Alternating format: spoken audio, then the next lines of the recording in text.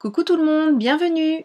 Aujourd'hui je vais réaliser une carte avec ce tampon de chez Stampin' Bella. Dans la pochette vous trouvez deux fois le tampon, une fois en grand motif et une fois en plus petit, par exemple pour mettre à l'intérieur de vos cartes, parce que ça fait une finition vraiment magnifique de finir la carte en mettant quelque chose aussi à l'intérieur.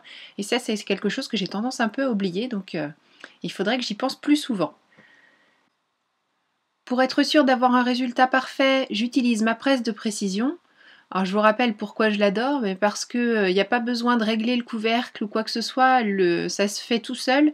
Elle s'adapte automatiquement à des hauteurs soit de tampons montés sur mousse comme ici, surtout que là la mousse est assez épaisse, soit à des tampons clear. Enfin, il n'y a pas besoin de réfléchir à dans quel sens mettre ci ou ça. Il suffit de positionner le tampon et ça se fait tout seul.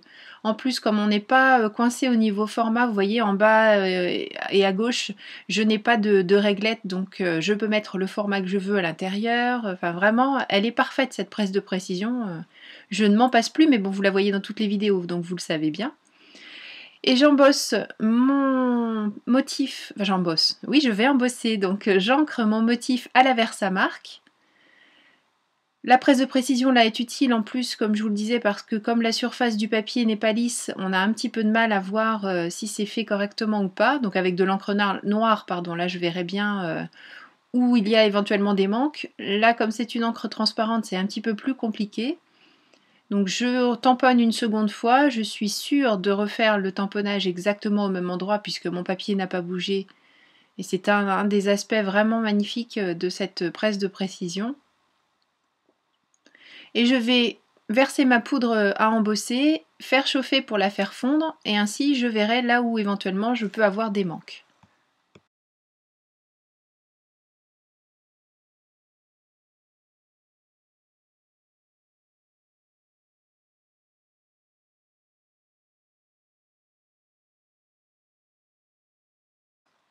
Alors effectivement, une fois refroidi, je vois que le visage de la petite jeune fille n'est pas suffisamment ancré, donc je vais remettre de la Versamark uniquement à cet endroit-là, puisque le reste est correct. Je repositionne mon papier tel qu'il était tout à l'heure, mon tampon n'a pas bougé, donc je vais avoir à nouveau une impression parfaite exactement au bon endroit. Il ne me restera plus qu'à verser de la poudre à cet endroit-là et à faire fondre à nouveau et mon motif sera complet. J'ai choisi d'embosser en blanc sur fond blanc pour en fait vous montrer que quand on n'est pas forcément très à l'aise avec les feutres aquarellables, d'utiliser ce type de technique, ça nous aide bien puisque la poudre à embosser va créer une sorte de petite frontière entre chacune des parties à mettre en couleur, ce qui fait qu'on va éviter d'avoir des effets de... Comment Quand vous allez passer, là par exemple avec mon marron, quand je passe à côté de mon rose et que je viens ensuite avec mon pinceau réservoir d'eau, j'ai moins de risque de faire migrer du marron dans le rose ou inversement. Enfin en l'occurrence ce serait plus la couleur foncée qui viendrait polluer entre guillemets la couleur la plus claire. Et c'est vraiment pour vous montrer que même des débutantes peuvent faire des choses vraiment très très jolies, tout simplement avec quelques feutres aquarellables, un pinceau réservoir d'eau, on peut avoir des résultats très très jolis. Donc là, chaque partie est bien délimitée par la poudre à embosser et c'est d'autant plus facile de mettre en couleur. Il suffit de se pencher un petit peu, on voit briller le motif, même si c'est pas toujours évident.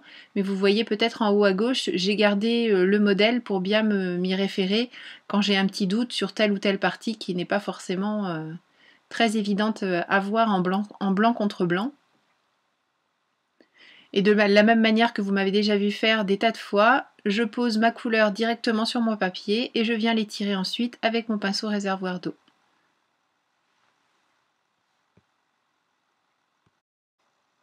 Quand je veux des tonalités plus claires, je crayonne sur cette feuille que j'ai plastifiée tout simplement pour avoir une surface lisse, facile à nettoyer, et puis quelque chose de blanc pour pouvoir faire ressortir même les couleurs les plus difficiles à voir. Donc, du jaune par exemple, c'est pas évident de le voir sur une surface foncée comme ma feuille de travail que j'ai en dessous, qui est vraiment parfaite pour travailler toutes ces techniques à l'eau.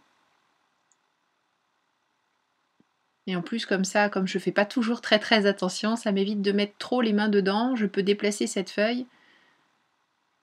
Alors que quand je me mettais directement sur mon tapis de travail non adhérent, il m'arrivait de faire des bêtises.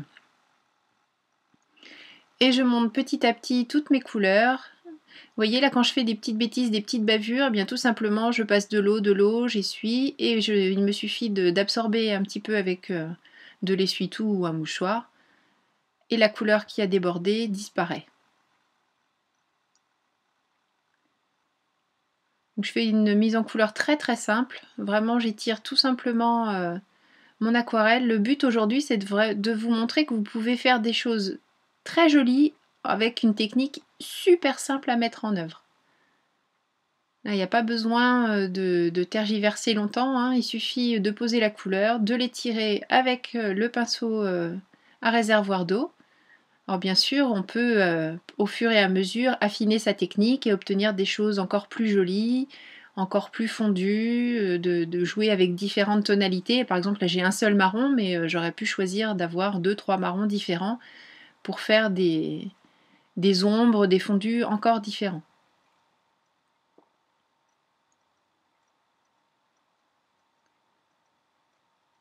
J'ai pas beaucoup accéléré la vidéo, donc c'est quelque chose que l'on réalise en plus en un temps record.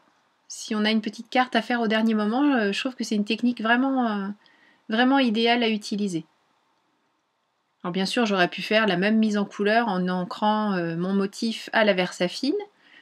Alors pourquoi pas une Versafine, par exemple sépia, dont la couleur se serait un peu fait oublier aussi.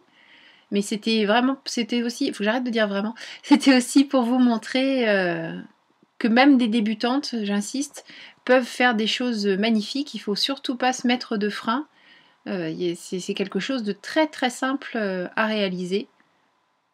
Donc faites-vous plaisir. Vous allez voir que très rapidement, vous allez avoir des choses très très jolies.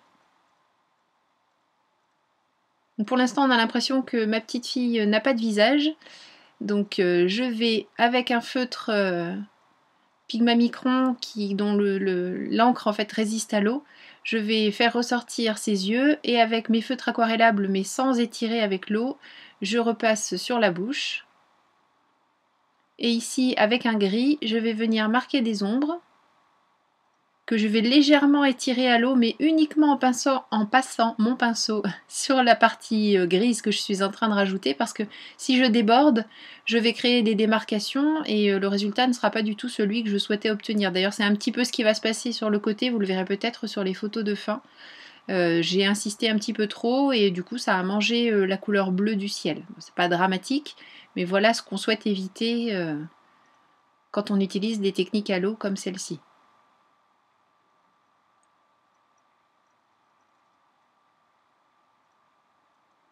Donc ce gris, c'est pour essayer de donner un petit peu de profondeur,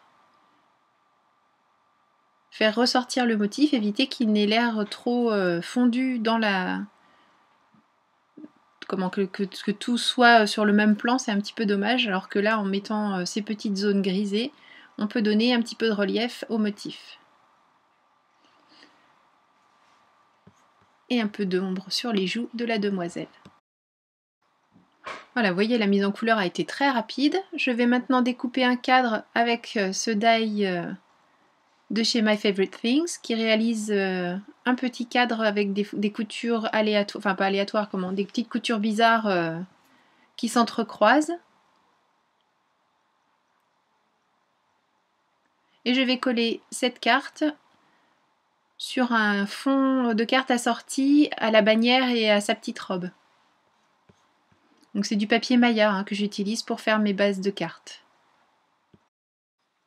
Je trouvais qu'il manquait quand même un petit quelque chose et je vais essayer de donner une allure un petit peu plus bois à cette petite cabane à bisous qui a priori est en bois. Et je vais rajouter des petits traits de feutre directement sans les estomper à l'eau, puisque comme leur nom l'indique, ce sont des feutres à la base aussi. On peut les utiliser en direct comme n'importe quel autre feutre. Et je fais des petits traits de manière aléatoire, en suivant aussi un petit peu ce qui est proposé par le tampon et qui est donc ici embossé en blanc. Et je trouve que ça change un petit peu la donne, c'est vraiment sympa. De même que j'accentue l'effet bleuté de son petit pot en verre. J'avais découpé par avance il y a un petit moment, cette base de cartes dont je ne m'étais finalement pas servie. Et ici, je trouve que la couleur convient vraiment bien au motif que j'ai déjà mis en couleur. Donc je mets ma colle, je place sur ma base de cartes. Et vous voyez que par contre, la base de cartes que j'avais prévue était plus dans des formats de chez nous, on va dire. Et là, le format américain est un petit peu plus petit que ce que j'avais prévu. Donc je recoupe tout simplement avec mon massicot. J'enlève petite bande par petite bande pour éviter d'en enlever trop d'un coup. Voilà, et je le mets à la bonne taille, très simplement. Pour apporter un peu de brillance, j'ai rajouté du Crystal Drop nouveau sur les cœurs. Et je vais en mettre aussi sur le petit bocal pour le faire ressortir également parce qu'il a tendance un peu à se perdre dans le fond du bleu ciel. Et je laisse sécher bien sûr avant de faire quoi que ce soit d'autre.